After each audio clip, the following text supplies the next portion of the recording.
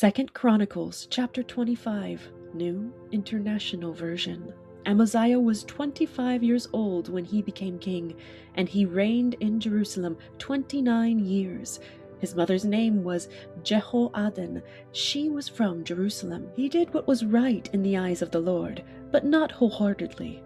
After the kingdom was firmly in his control, he executed the officials who had murdered his father the king. Yet he did not put their children to death, but acted in accordance with what is written in the law, in the book of Moses, where the Lord commanded, "Parents shall not be put to death for their children, nor children be put to death for their parents. Each will die for their own sin." Amaziah called the people of Judah together and assigned them according to their families to commanders of thousands and commanders of hundreds for all Judah and Benjamin.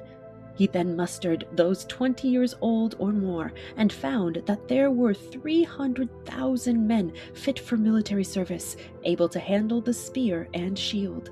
He also hired 100,000 fighting men from Israel for 100 talents of silver. But a man of God came to him and said, "Your Majesty, these troops from Israel must not march with you, for the Lord is not with Israel, not with any of the people of Ephraim. Even if you go and fight courageously in battle, God will overthrow you before the enemy, for God has the power to help or to overthrow." Amaziah asked the man of God, "But what about the 100 talents I paid for these Israelite troops?" The man of God replied, "The Lord can give you much more than that." So Amaziah dismissed the troops who had come to him from Ephraim and sent them home.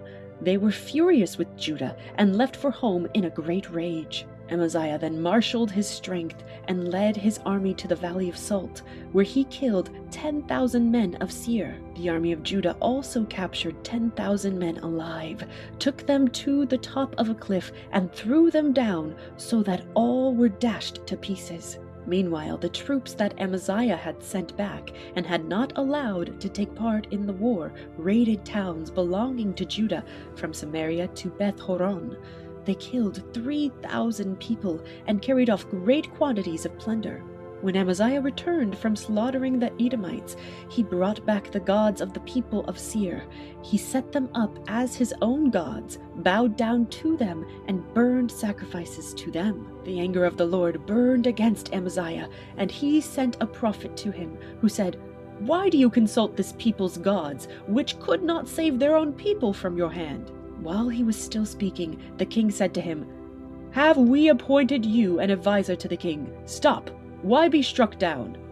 So the prophet stopped, but said, "I know that God has determined to destroy you, because you have done this and have not listened to my counsel." After Amaziah, king of Judah, consulted his advisors, he sent this challenge to Jehoash, son of Jehoahaz, the son of Jehu, king of Israel. "Come, let us face each other in battle." But Jehoash, king of Israel, replied to Amaziah, king of Judah, "A thistle in Lebanon sent a message to a cedar in Lebanon, 'Give your daughter to my son in marriage.' Then a wild beast in Lebanon came along and trampled the thistle underfoot. You say to yourself that you have defeated Edom, and now you are arrogant and proud. But stay at home. Why ask for trouble and cause your own downfall and that of Judah also?" Amaziah, however, would not listen, for God so worked that he might deliver them into the hands of Jehoash, because they sought the gods of Edom. So Jehoash, king of Israel, attacked. He and Amaziah, king of Judah, faced each other at Beth Shemesh in Judah. Judah was routed by Israel, and every man fled to his home. Jehoash, king of Israel, captured Amaziah, king of Judah, the son of Joash, the son of Ahaziah, at Beth Shemesh. Then Jehoash brought him to Jerusalem and broke down the wall of Jerusalem from the Ephraim gate to the corner gate, a section about 400 cubits long. He took all the gold and silver and all the articles found in the temple of God that had been in the care of Obed-Edom, together with the palace treasures and the hostages, and returned to Samaria. Amaziah, son of Joash, king of Judah, lived for 15 years after the death of Jehoash, son of Jehoahaz, king of Israel. As for the other events of Amaziah's reign, from beginning to end, are they not written in the book of the kings of Judah and Israel? From the time that Amaziah turned away from following the Lord, they conspired against him in Jerusalem, and he fled to Lachish. But they sent men after him to Lachish and killed him there. He was brought back by horse and was buried with his ancestors in the city of Judah.